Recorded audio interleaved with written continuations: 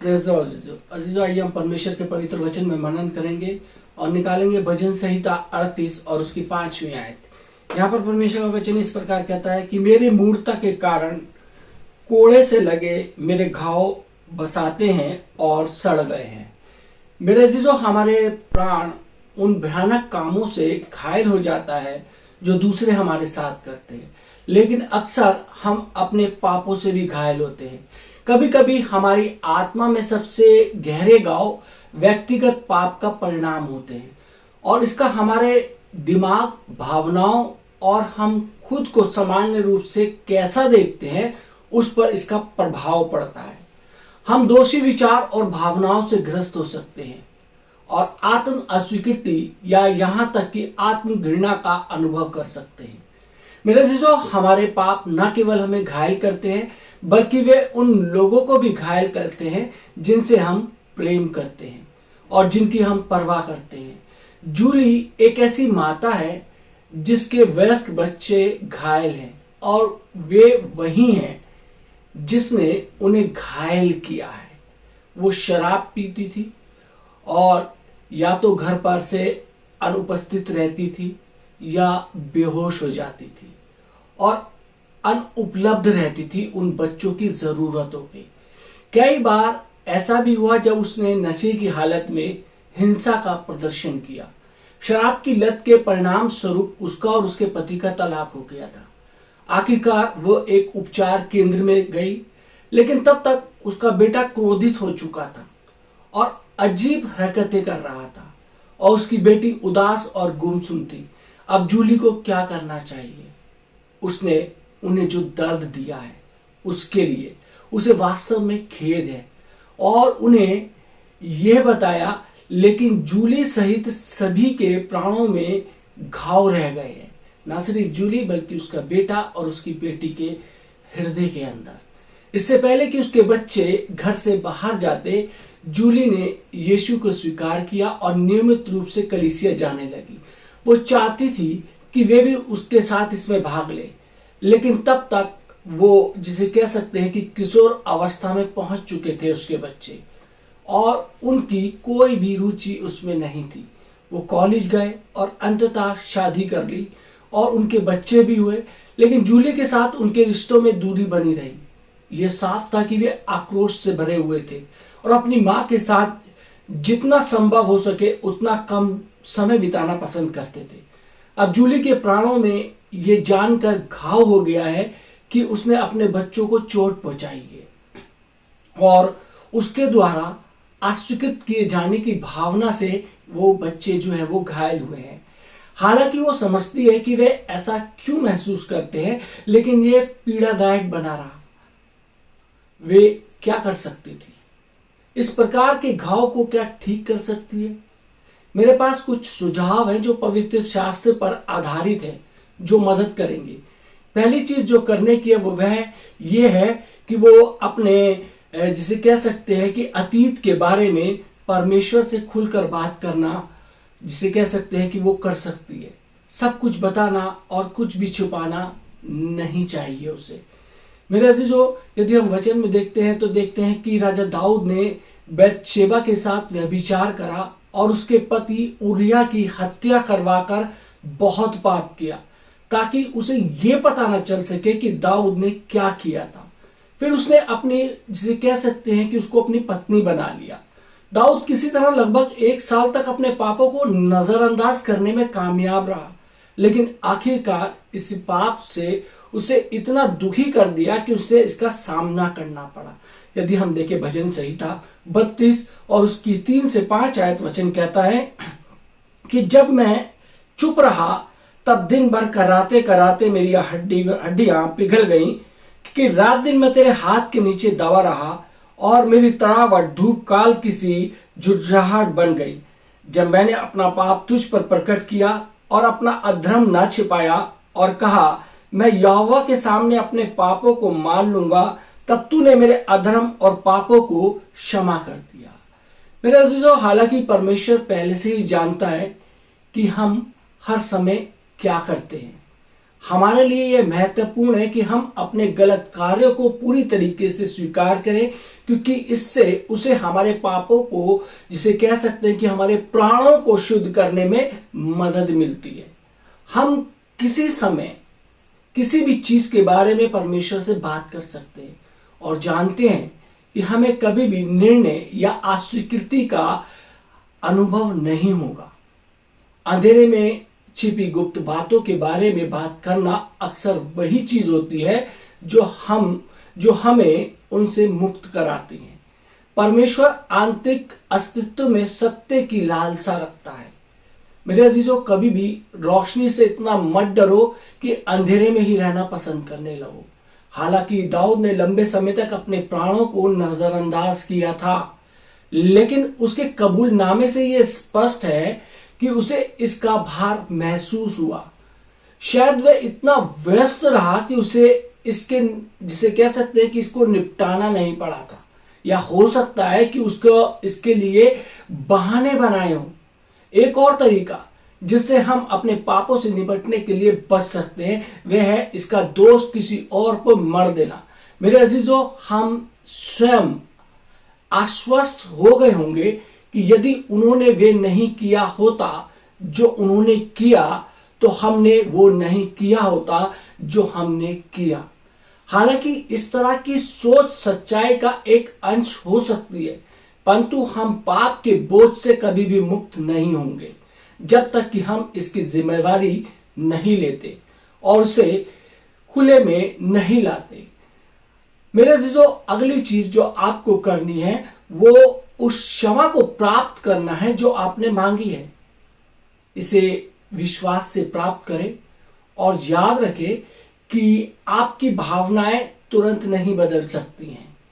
मेरे अजीजों, परमेश्वर की क्षमा और परमेश्वर की अद्भुत दया के बारे में पवित्र शास्त्र के वचनों को जानें और उस पर मनन करें जब तक कि ये सत्य आपके जीवन में प्रकाशन न बन जाए। एक बार ऐसा होने पर आपकी भावनाएं परमेश्वर के वचन की सच्चाई के अनुरूप हो जाएंगी। याद रखिए कि एक बार जब दाऊद ने पश्चाताप करते हुए अपने पापों को स्वीकार कर लिया तो परमेश्वर ने उसे तुरंत माफ कर दिया। यीशु ने पहले ही हमारे पापों के लिए भुगतान कर दिया है और यदि हम विश्वास के द्वारा इसका लाभ उठाएंगे तो हमें क्षमा उपलब्ध होगी। जिन लोगों को आपने घायल किया है उनसे खुलकर बात करें। उन्हें केवल यह कहना कि आपको खेद है शायद पर्याप्त नहीं होगा। आपको थोड़ा आगे बताने की आवश्यकता हो सकती है। उनके साथ साझा करके जब आप उन्हें ठेस पहुंचाई थी तब आप किस स्थिति से गुजर रहे थे और आपने जो किया उसके लिए आपको ज्यादा पछतावा है। विनम्रता पूर्वक उनसे कहें कि वो आपको माफ कर दे आपकी उन गलतियों के लिए और आपको एक और मौका दें। मेरे अजीजों, बहाने मत बनाओ, क्योंकि यदि आप ऐसा करते हैं तो इससे आपकी माफी का प्रभाव कम हो जाएगा। यदि वे या तो अनिच्छुक हैं या आपको तुरंत माफ करने में असमर्थ हैं तो उन्हें बताएं कि आप समझते हैं और नियमित आधार पर उनके लिए प्रार्थना करें। परमेश्वर से कहें वे आपको माफ करने की कृपा करें, क्योंकि वही वास्तव में एकमात्र ऐसा परमेश्वर है जो ऐसा कर सकता है। उनसे आपकी आत्माओं के घाव को ठीक करने के लिए विनती करें। जैसे ही अवसर मिले उनके प्रति प्रेम दिखाना जारी रखें। पहला पतरस 1 उसकी 4 से 8 आयत कहता है कि प्रेम अनेक पापों को ढांप देता है। ये कठोर से कठोर हृदयों को भी पिघलाने की क्षमता रखता है। जब हम उन लोगों के प्रति दयालु और प्रेम पूर्वक बने रहेंगे जो हमारे खिलाफ कठोर है तो अंततः उन पर इसका अद्भुत चंगाई प्रभाव पड़ेगा। मेरे अजीजों, आपको धैर्य रखने की आवश्यकता होगी, क्योंकि जिन लोगों ने हमें ठेस पहुंचाई है उन्हें यह विश्वास करने में शायद समय लगे कि हम बदल गए हैं और वास्तव में हमें खेद है। हमें ये याद रखने की जरूरत है कि जैसे हमारे घाव को ठीक करने में समय लगता है वैसे ही उनके घाव को भी ठीक होने में समय लगेगा। मेरे अजीजों, दोष के साथ ना जिए। भले ही हमने जो कुछ किया उससे किसी को ठेस पहुंची हो, इसका मतलब ये नहीं है कि हमें अपराध और दोष की भावनाओं के साथ अनंत काल तक जीना चाहिए। एक बार जब हम पश्चाताप कर लेते हैं और दूसरों से हमारे द्वारा उन्हें पहुंचाए गए किसी भी दर्द के लिए माफ करने के लिए कहते हैं, तो हमें दोष छोड़ देना चाहिए। दोष देने का अर्थ है आरोप लगाना या निंदा करना। इसलिए आपके लिए यह महत्वपूर्ण है कि आप खुद पर आरोप लगाना और पिछली गलतियों के लिए खुद को दोषी ठहराना बंद करें। मेरे अजीजों, परमेश्वर का वचन वादा करता है कि जो मसीह यीशु में है उन पर दंड की आज्ञा नहीं है। यूहन्ना 3:17 कहता है कि परमेश्वर ने अपने पुत्र यीशु को जगत में इसलिए नहीं भेजा कि जगत पर दंड की आज्ञा दे, परंतु इसलिए कि जगत उसके द्वारा उद्धार पाए। जब हमने किसी को गहरी चोट पहुंचाई है तो अपने कर्मों के बोझ से छुटकारा पाना बहुत मुश्किल है, लेकिन यह वास्तव में एकमात्र चीज है जो हमें जीवन में आगे बढ़ने के लिए हम कर सकते हैं। मेरे अजीजों, हमें अपनी उस पीड़ा के क्षण में खुद को पार्क नहीं करना चाहिए जो दूसरों के कारण हम में उत्पन्न हुआ है, या फिर हमने उनके साथ जो किया है उनके कारण जो उत्पन्न हुआ है उनके हृदय में। ऐसा करने से हमारे प्राण जो है वो घायल हो सकते हैं, लेकिन परमेश्वर हमें एक नई शुरुआत प्रदान करता है, और इसका मतलब है कि हमें अतीत को पीछे छोड़ देना चाहिए और पीछे मुड़कर नहीं देखना चाहिए। अतीत के सभी दोष, शर्म और ग्लानि को दूर करें और परमेश्वर को आपके जीवन में खुद को शक्तिशाली दिखाने दें। मेरे अजीजों, यीशु मसीह ने कहा है कि हल पर हाथ रखकर पीछा देखने वाला कोई भी व्यक्ति परमेश्वर के राज्य के योग्य नहीं है। मेरा मानना है कि इसका मतलब यह है कि हम तब तक उस अद्भुत जीवन का अनुभव नहीं कर सकते जो परमेश्वर प्रदान कर रहा है, जब तक कि हम अतीत की अपनी सभी गलतियों को देखना बंद नहीं कर देते। अतीत को छोड़ देना कठिन हो सकता है, लेकिन यह आपके अतीत के हर दिन को फिर से जीने से कहीं बेहतर है। ये बेहतर बनाता है। ये सोचने और कहने में सावधान रहे कि जो चीजें परमेश्वर आपसे करने के लिए कहता है वो बहुत कठिन है। परमेश्वर हमें कठिन और मुश्किल काम करने के लिए अपनी आत्मा देता है, ऐसा काम करने के लिए जो लोग अपने जीवन में परमेश्वर के बिना करने में सक्षम नहीं है। अक्सर मैंने लोगों को ये कहते सुना है कि मुझे पता है कि परमेश्वर मुझसे क्या करवाना चाहता है, लेकिन यह बहुत कठिन है।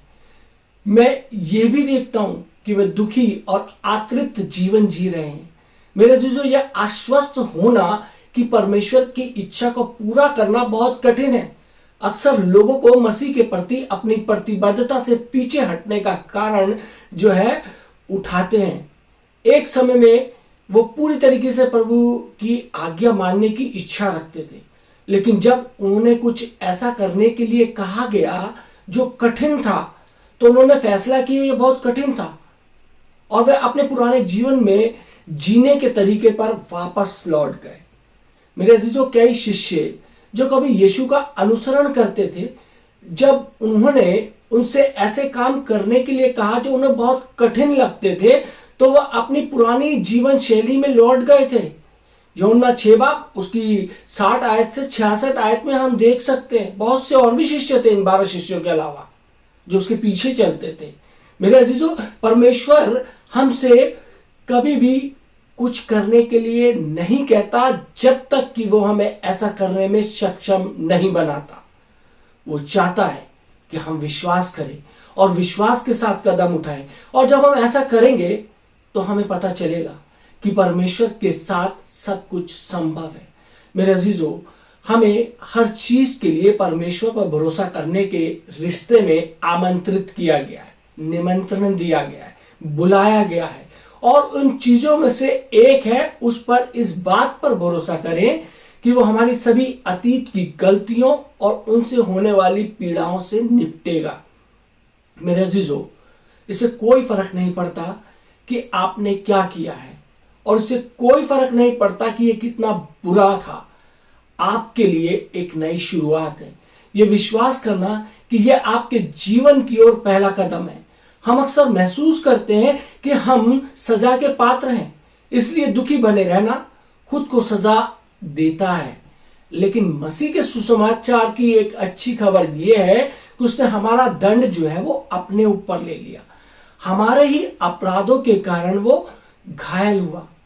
उसने वास्तव में उस सजा की, जिसे कह सकते हैं कि पीड़ा को सहन किया, जिसके हम हकदार थे, क्योंकि उसने हमारे पापों के लिए दंडित किया गया था। हमें अब खुद को दंडित करने की आवश्यकता नहीं है, और ना ही हमें ऐसा करना चाहिए। यदि हम अपने आप को सजा देना जारी रखते हैं तो मसीह का मरना व्यर्थ है, बेकार है। रुकें और अपने आप से पूछें कि क्या आप अभी भी उन चीजों के लिए खुद को दंडित कर रहे हैं? तो आप अपने अतीत में जो आपने गलत किया था, या यदि आपका उत्तर हां है, तो इसे जाने देने का समय आ गया है।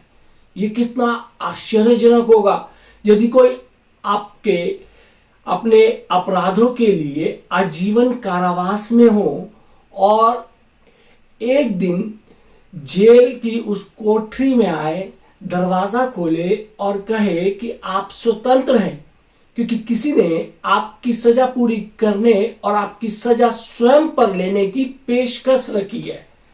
वो कह दी, ये कहने में कितना मूर्ख होगा, नहीं, मैंने जो किया है उसे मैं जाने नहीं दे सकता। मैं यहीं रहना चाहता हूं, मैं इसी काल कोठरी में रहना चाहता हूं।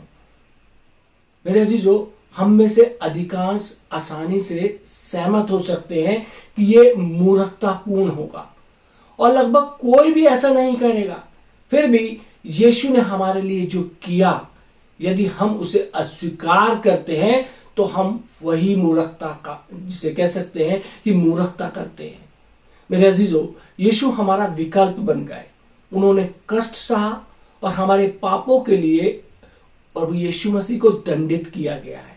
वह हमारे अपराधों के कारण घायल हुआ है, या उनके घाव ने हमारे घाव को ठीक कर दिया है। लेकिन यह हमारे जीवन में तभी वास्तविक बनता है जब हम इस पर विश्वास करते हैं और अतीत को जाने देते हैं। आप अपने अतीत की सभी गलतियों के लिए परमेश्वर पर भरोसा कर सकते हैं। वो पूरी तरीके से चंगा करने और पूरी रीति से उद्धार करने में सक्षम है। कोई भी उसकी पहुंच से परे नहीं है, ना आप और ना ही वो लोग जिन्होंने आपको ठेस पहुंचाई है। परमेश्वर सब तक चंगाई पहुंचाना चाहता है। शारीरिक, मानसिक, आत्मिक और भावनात्मक चंगाई प्रभु यीशु मसीह आपको देना चाहता है। अपने आप को उस सजा से, उस दोषारोपण से जो आपके ऊपर किया गया है, अपने आप को मुक्त कीजिए और ऐसे लोगों को क्षमा कीजिए, माफ कीजिए। परमेश्वर आप सबको आशीष दे। आमीन। आइए हम दुआ मांगते हैं। महान सामर्थ्य पिता परमेश्वर, धन्यवाद देते हैं आज के सुंदर वचन के लिए प्रभु जी, जिसमें खुदा प्रभु यीशु मसीह हमने सीखा कि लोगों ने हमारे साथ जो भी बुरा बर्ताव किया है या जो भी बुरा किया है, परमेश्वर जो भी हमारे को गिराने की कोशिश की है प्रभु यीशु मसीह, हम उनके तमाम उन चीजों को माफ करते हैं प्रभु जी।